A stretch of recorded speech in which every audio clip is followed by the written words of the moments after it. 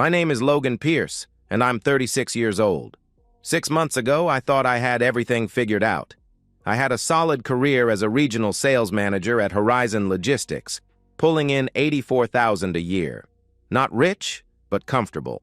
I owned a 3-bedroom house in a decent neighborhood, bought it 2 years before I got married, back when I was still naive enough to believe in happily ever after.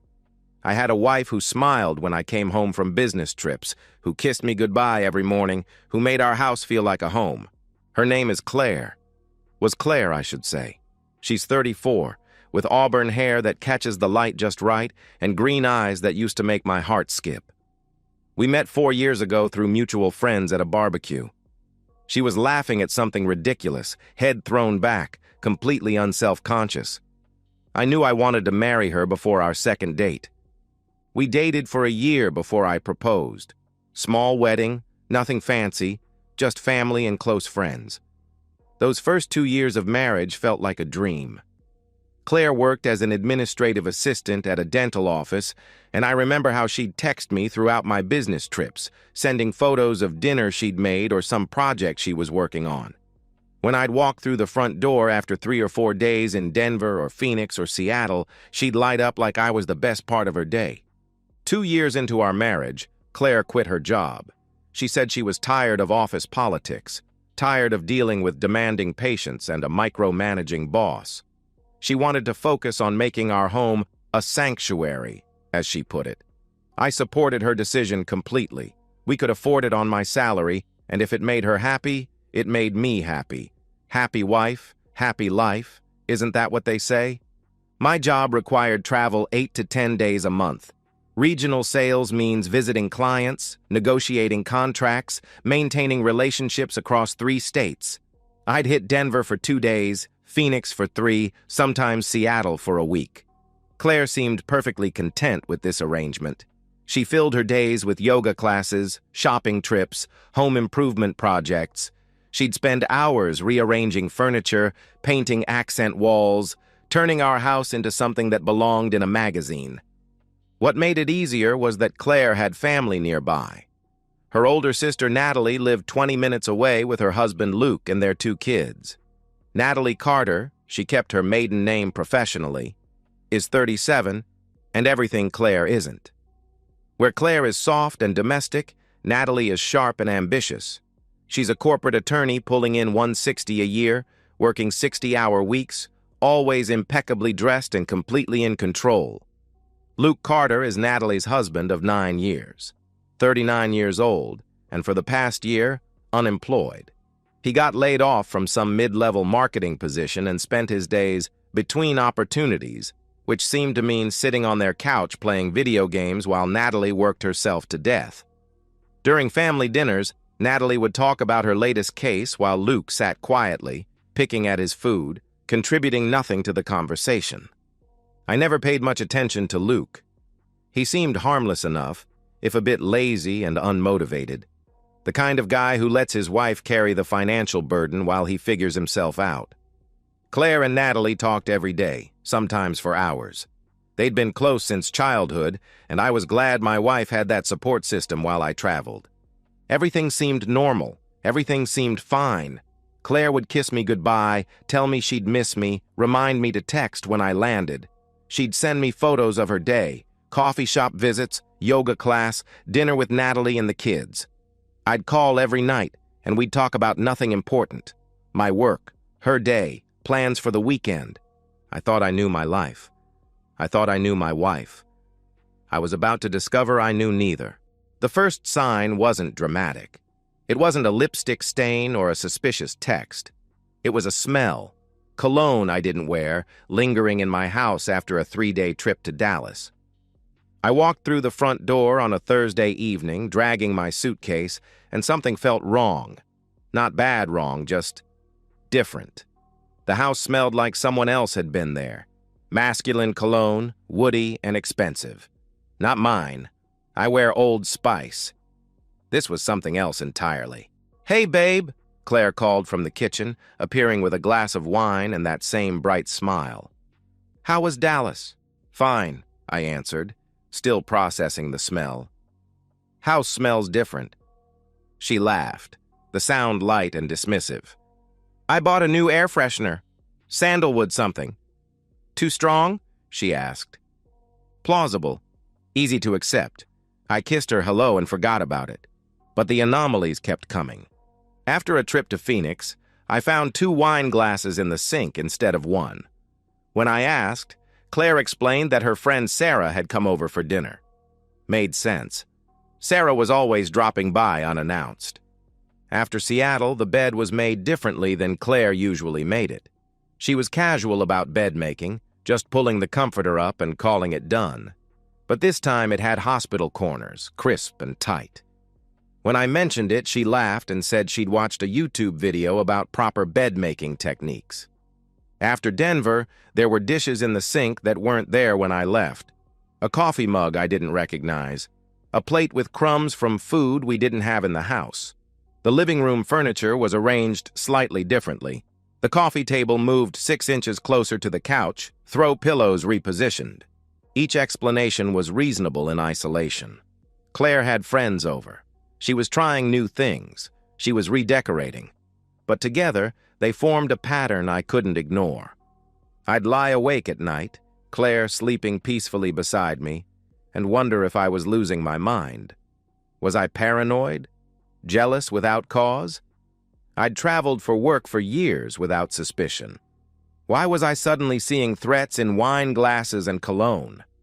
I considered confronting her directly. But what would I say? I think you're cheating because you made the bed differently. I'd sound insane. I didn't want to be that husband. Suspicious, accusatory, poisoning my marriage with paranoia. Then came the Portland trip. 4 days in late September, meeting with a major client who could triple our West Coast contracts. The night before I left, I made a decision that would change everything. I drove to an electronics store and bought a small wireless camera, motion-activated, HD quality, with smartphone connectivity. The kind of thing people use for home security. I told the salesperson I wanted to keep an eye on the house while traveling. Not a lie, technically. I hid it in the living room bookshelf, angled to capture the front door and most of the main floor. Small enough to be invisible, positioned behind some books. If nothing happened, I'd remove it and never mention it. If something did happen, well, I'd deal with that when the time came. Monday morning, I kissed Claire goodbye, rolled my suitcase to the car, and flew to Portland. During my first day of meetings, I forced myself not to check the camera. I was probably wrong. I was probably paranoid. There would be nothing to see. Tuesday at lunch, sitting in a restaurant overlooking the Columbia River, I finally opened the camera app on my phone. Motion-activated clips from the past day. Morning footage showed Claire making coffee, doing yoga, normal domestic routine. Then I reached the 3:32 p.m. clip. The doorbell rang. Claire answered, and my world collapsed. A man entered my house, my brother-in-law, Luke Carter. They hugged, too long, too close, too familiar. They moved to the couch, talking, laughing. Claire's hand rested on Luke's arm in a way that spoke of intimacy, of routine. At 3:47 p.m., Luke leaned in and kissed her. Claire didn't pull away. She kissed him back like she meant it. At 4:10 p.m., they walked upstairs together, out of camera view. Luke didn't leave until 6:45 p.m. I sat in that restaurant bathroom for 20 minutes, watching the footage over and over, feeling physically sick. My wife, her sister's unemployed husband, in my house, in my bed, most likely. I saved everything to cloud storage, deleted nothing. Returned to my meeting on autopilot, shaking hands and discussing logistics, while my mind raced through implications. How long had this been going on? Every time I traveled? Every excuse? Every explanation? Every kiss goodbye? All of it lies. I didn't confront Claire when I got home. Not yet. I needed more than one incident. I needed undeniable proof. I had 5 days to plan before my next scheduled trip. 5 days to prepare for the performance of my life. 5 days before I'd make them both understand what happens when you betray the wrong man. My next business trip was scheduled for the following Monday. 5 days in San Francisco for a major client presentation. 5 days that would give Claire and Luke plenty of time to continue their affair. Except this time, I wouldn't be in San Francisco. I'd be 2 miles away, watching every moment. The 2 weeks between discovering the camera footage and my planned confrontation were the longest of my life. I had to act completely normal around Claire. Kiss her goodbye in the mornings, text her during the day, come home and ask about her day while knowing exactly how she'd spent her afternoon. She was either an exceptional liar or genuinely didn't believe she was doing anything wrong. This realization chilled me more than the affair itself. When she kissed me, there was no guilt in her eyes, no shame, no recognition that she was destroying our marriage every time I left town. I prepared methodically. First, I called my boss and explained I had a family emergency, requesting the week off while maintaining the appearance of the San Francisco trip. He agreed without question. I'd never taken unplanned time off. I researched divorce law in our state. The house was my premarital asset. Claire had no legal claim to it. Our joint savings account contained $44,000. I was legally entitled to half. I transferred $22,000 to a separate account I'd opened. I contacted a divorce attorney and scheduled a consultation for the day after my planned confrontation. I backed up all camera footage to multiple cloud accounts. I purchased a burner phone for documentation. I planned my route from the motel to my house. 2 minutes, 47 seconds. I timed it 3 times. Monday morning arrived. I performed my usual departure routine with Academy Award precision. Kissed Claire goodbye at the kitchen counter. Told her I'd text when I landed. Rolled my suitcase to the car while she watched from the doorway, coffee mug in hand, probably already anticipating Luke's arrival. I drove to a downtown parking garage, left my car, and took an Uber to the Riverside Motel, a dive establishment 2 miles from my house. The room smelled like cigarettes and industrial disinfectant, but it was perfect. Close enough to reach my house in minutes, far enough that no one would think to look for me there. I settled onto the sagging mattress and opened the camera app. Empty living room. Waiting. Monday morning passed with normal domestic activity. Claire doing yoga, making lunch, watching television. I forced myself to eat a protein bar, though my stomach was churning with anticipation. At 2:47 p.m., the doorbell rang. My entire body went rigid. Claire opened the door and Luke entered, carrying a bottle of wine like he was visiting friends. They embraced immediately, not the casual hug of in-laws, but the desperate embrace of lovers who'd been counting the hours. I watched with cold fury as they kissed in my entryway, pawing at each other's clothes with shameless hunger. They didn't even make it to the couch first this time. They were too desperate, too eager, stumbling toward the stairs like teenagers. At exactly 3:20 p.m., I grabbed my keys and drove home. My heart was hammering, but my mind was crystal clear. I parked down the street and approached my house on foot. The front door was unlocked. They'd been too frantic to think about security. I could hear them upstairs as I stood in my own entryway. Unmistakable sounds. My wife and her sister's husband in my bed. Every muscle in my body was coiled with controlled rage. I climbed the stairs slowly, deliberately, each step measured. The bedroom door was wide open, arrogant in their carelessness. I stood in the doorway for exactly 3 seconds, watching Claire naked beneath Luke in the bed I'd bought, in the house I'd built, in the marriage I'd believed in. Then I moved. Oh, shit! Luke saw me first, his eyes going wide with animal terror.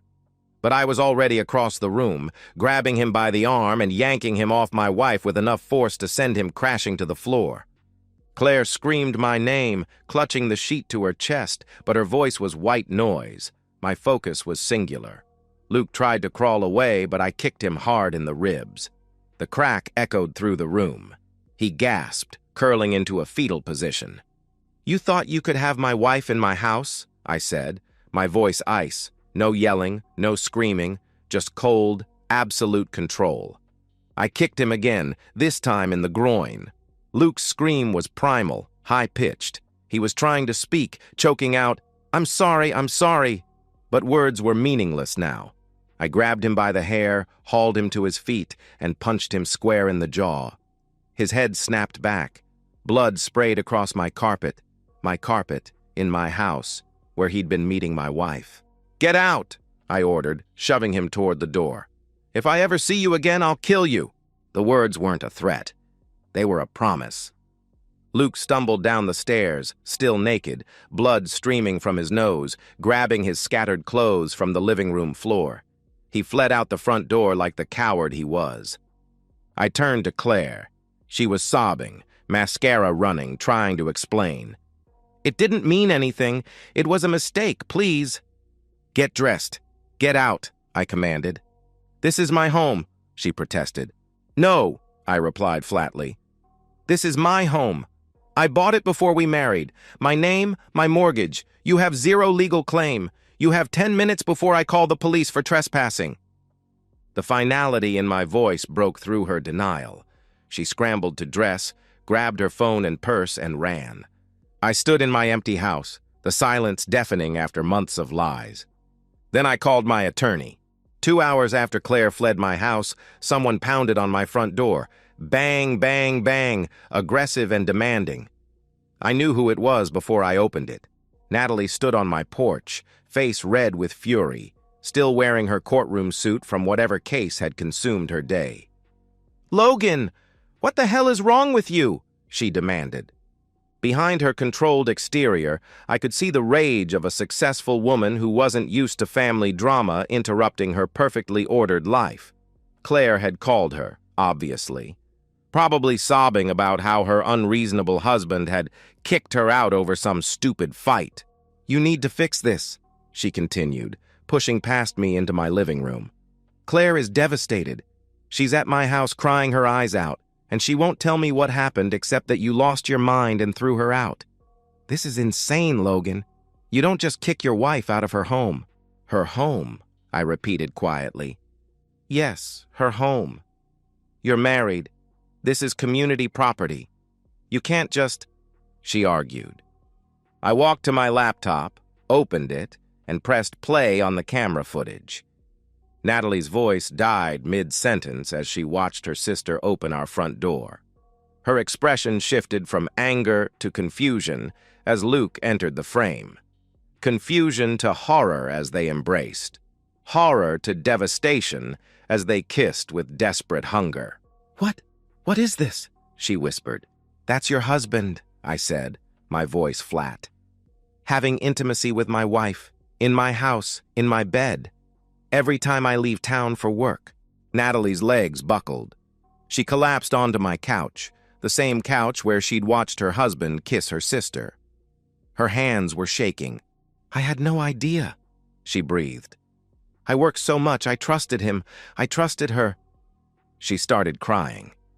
Not the controlled tears of a woman trying to maintain dignity, but raw, body-shaking sobs. For a moment, my anger dissipated into something like sympathy.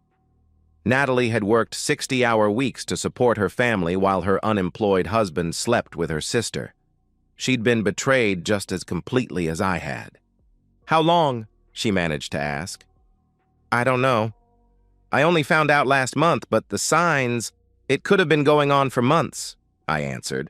Natalie looked up at me, tears streaming down her face, and I saw the exact moment her grief hardened into something colder.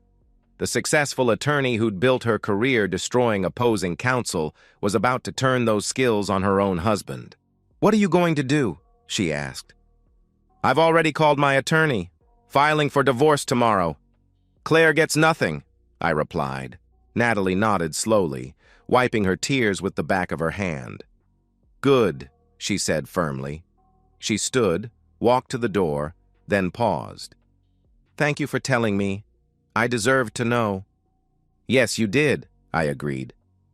As she left, I saw the transformation in her eyes. The betrayed wife was gone, replaced by the predatory attorney who'd made a career of destroying people in courtroom combat. Luke had chosen the wrong woman to betray. The next week moved with surgical precision. My divorce was straightforward, premarital assets, documented infidelity, no children to complicate custody. My attorney presented the evidence, camera footage, timeline of betrayals, proof that the house was mine before marriage. Claire didn't contest. She couldn't. She had no leverage and knew it. The settlement was brutal in its simplicity. I kept the house, my 401k, all investments. We split joint savings 50-50, $22,000 each, a fraction of what the betrayal had cost me emotionally. Claire walked away with nothing else. No alimony, no claim to my assets, nothing. But Claire's destruction was nothing compared to what Natalie unleashed on Luke. 1 week after discovering the affair, Natalie filed for divorce. She hired Barbara Westwood, a legendary attorney famous for bankrupting unfaithful spouses. Westwood's reputation was built on scorched-earth divorce settlements that left cheating husbands financially ruined. The discovery process was merciless. Natalie provided documentation of Luke's year-long unemployment, his complete financial dependence, his failure to contribute to household expenses or even seek meaningful employment. Combined with irrefutable evidence of the affair, I'd shared the camera footage, Luke had no defense. He tried to negotiate. Through his public defender, he couldn't afford a real attorney. Luke begged Natalie to be reasonable. "It was a mistake. I love you. I love the kids. Please don't destroy me," he pleaded. Natalie's response, delivered through Barbara Westwood, was devastating. "You should have thought about that before you f***ed my sister," she replied coldly. The final divorce settlement was a complete annihilation. Natalie received full custody of both children, ages 7 and 5. Luke's affair with her sister's wife proved moral unfitness as a parent. Natalie kept their house, worth $450,000. Natalie kept all investments, retirement accounts, and savings. Luke received no alimony. His unemployment and infidelity eliminated any claim to support. Luke was granted supervised visitation only, 2 hours every other Saturday, with a court-appointed supervisor present. Luke was required to pay child support despite having no substantial income. The court calculated payments based on his earning potential, not his current grocery store wages. Within 3 months, Luke had lost everything: his wife, his children, his home, his financial security, his dignity. He moved into a studio apartment in the worst part of town, working night shifts stocking shelves at a grocery store for minimum wage. His parents, ashamed of his behavior, refused to help him financially. His children barely spoke to him during supervised visits, confused and hurt by his betrayal of their mother. Claire fared slightly better, but not much. She was waitressing at a chain restaurant, sharing a small apartment with a roommate. Her parents, conservative and religious, were horrified by the affair and cut off all financial support. Her social circle evaporated as word spread about her behavior. The woman who'd spent 4 years building the perfect home now served chicken wings to pay rent. Claire and Luke never contacted each other after the divorces were finalized. The affair that had seemed so worth the risk, so thrilling and romantic, ended with mutual resentment and blame. Each held the other responsible for their destruction. I attended both final divorce hearings, watched Claire sign the papers with shaking hands, watched Luke's lawyer explain that he was now legally obligated to pay child support he couldn't afford, felt nothing but cold satisfaction. The gavel came down. The judge declared both marriages legally dissolved. Claire and Luke walked out of the courthouse in opposite directions, strangers bound only by mutual destruction. And I walked out a free man. 3 months after the divorce, I moved out of the house where the betrayal occurred. I couldn't live there anymore. Every room held memories of the lies, the deception, the naive trust I'd placed in a woman who never deserved it. I sold it immediately after the divorce finalized, netting a substantial profit that I invested wisely. My new downtown condo is everything the house wasn't: modern, minimalist, untainted by the past. Floor-to-ceiling windows overlook the city skyline. Clean lines, expensive furniture, no family photos or sentimental decorations. It's a space that belongs entirely to me, free from the contamination of shared memories. Work is thriving. When my boss learned about my difficult personal situation, he was impressed by my professionalism throughout the crisis. Never missed a meeting, never let personal drama affect my performance. Last month, he promoted me to senior regional manager with a $15,000 raise. My travel schedule remains demanding, but now I return to an empty condo that feels like peace, not loneliness. I'm dating again, carefully and selectively. A few dinners, some second dates, nothing serious. I've learned to trust my instincts, to pay attention to red flags I once dismissed. Women find my story compelling, the wronged husband who handled his divorce with such strategic precision. I don't tell them the complete truth about what I did to Luke. Some details are better left unshared. Natalie and I stay in touch. Coffee meetings every few weeks where we talk about work, life, the strange bond that forms between people who survived the same destruction. There's no romance between us. We're both too damaged, too aware of how marriages can implode. But there's mutual respect, understanding, the recognition of shared experience. She's thrown herself into work and motherhood with impressive intensity. 60-hour weeks followed by soccer games and piano recitals, proving to her children that stability can exist even after betrayal. Her kids are adjusting well. Children are resilient when they have one strong parent who refuses to fall apart. Claire is still waitressing, still sharing that small apartment. Her Instagram, once filled with carefully curated photos of her perfect life, is now private and largely inactive. Her parents won't speak to her. Her friend circle has dwindled to almost nothing. She's 34, starting over from scratch, living the consequences of her choices. Luke is worse off. Night shift at the grocery store, barely making child support payments. His supervised visits with his kids are awkward and painful. His son barely acknowledges him. His daughter cries when it's time to leave.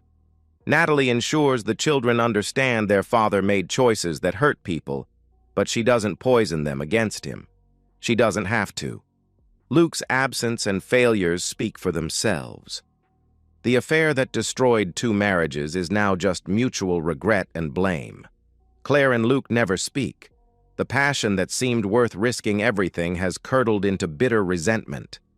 Justice, it turns out, is a dish best served through legal channels and social consequences.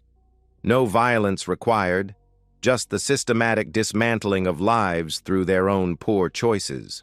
6 months have passed since I watched Claire sign our divorce papers with trembling hands. I'm sitting on my condo balcony this Sunday morning, drinking coffee and watching the sunrise paint the city skyline in shades of gold and amber. The view never gets old. 32 floors above the noise and chaos, clean air and infinite possibility stretching out before me. I think about the man I was a year ago. Logan Pierce, the trusting husband who believed in marriage vows and happy endings, who came home from business trips expecting honesty and finding performance, who noticed small inconsistencies and wondered if he was going crazy. That man was naive, but he wasn't weak. When the betrayal was revealed, he didn't collapse. He strategized. The transformation wasn't instant. Those first few weeks after discovering the camera footage, I felt like I was drowning. Every conversation with Claire was agony. Knowing what I knew while pretending everything was normal. Every kiss goodbye was poison. Every "I love you" was a knife twist. But somewhere in that darkness, I found something stronger than heartbreak. I found resolve. Claire had made her choice. Luke had made his. I would make mine, and mine would be permanent. The revenge wasn't about anger, though anger certainly fueled it initially. It was about justice, about ensuring that people face the full weight of their decisions. Claire wanted to play house with her sister's husband while I paid the bills and played the fool. Fine. But she would do it without my house, my support, my protection from consequences. Luke wanted to destroy his marriage for afternoon intimacy with his wife's sister? Perfect. He could learn what life looks like when you lose a woman who actually worked while you played video games and messed around. I don't feel guilt about what I did to them. I feel satisfaction. The cold, permanent satisfaction of a man who refused to be a victim. My phone buzzes with a text from a woman I've been dating, Sarah, a marketing executive who travels as much as I do. We're having dinner tonight at a restaurant with a month-long waiting list. She's intelligent, successful, independent. She pays for her own meals and doesn't need me to provide her identity. I've learned to recognize the difference between a woman who wants a partner and one who wants a provider, between genuine affection and performance designed to secure comfort, between love and convenience. Claire is 34 now, serving chicken wings and splitting rent with a stranger. Luke is 39, stocking shelves and seeing his children 4 hours a month under supervision. Their choices led them exactly where they deserve to be. I'm 36, divorced, free. My wife betrayed me with her sister's husband in my house, in my bed. So I made sure they both paid for it with everything they had to lose. Some might call it cold. I call it justice, and I've never been happier.